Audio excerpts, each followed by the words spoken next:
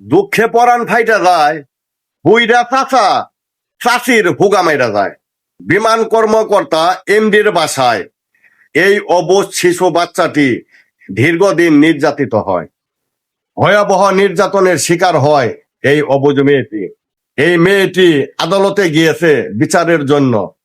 MD বিত্তবান লোক, প্রভাবশালী লোক, ক্ষমতাধর লোক, তার পক্ষে আইনজীবী দাঁড়িয়েছে তাকে জামিনে মুক্তি করার জন্য।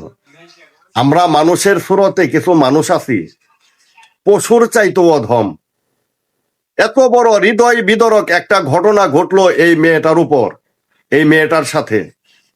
এত বড় একটা হৃদয় বিদরক ঘটনা ঘটলো এই মেয়েটার সাথে, যে এই ঘটনা ঘটালো তার পক্ষেও যদি উকিল পাওয়া যায়, আইনজীবী পাওয়া যায়, এই দেশে বিচার ব্যবস্থা ভালো আর কবে হবে ভাই? আমরা সাধারণ জনগণ কি বিচারের আশা করতে পারি? ওকালতি পেশা সম্মানজনক একটা পেশা, এই সম্মান সবাই পায় না। যারা ন্যায়ের পক্ষে ওকালতি করে তারা সম্মান পায়, অন্যায়ের পক্ষে যারা ওকালতি করে তারা পায় জুতার বাড়ি। এই উকিল সাহেব টাকার কাছে বিক্রি হয়ে অন্যায় ভাবে দোষী ব্যক্তির জামিন চাচ্ছে।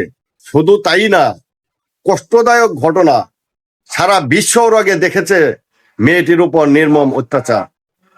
আর এই উকিল বলতেছে তাকে নির্যাতন করা হয়েছে কিনা তদন্ত করে দেখতে হবে। কি বলবো ভাই, এত টাকার লোভ, এই টাকা লয়ে কোথায় যাবেন? কি বলবো, আগেই তো বলেছি এই উকিলকে গালি দেব, গালি দেওয়ার যোগ্যতা টুকুনো এই উকিল রাখেনি, তাই এই উকিলকে গালি দিলাম না। এই উকিলকে গালি দিয়ে আমি আমার মুখ নষ্ট করতে চাই না। ধন্যবাদ।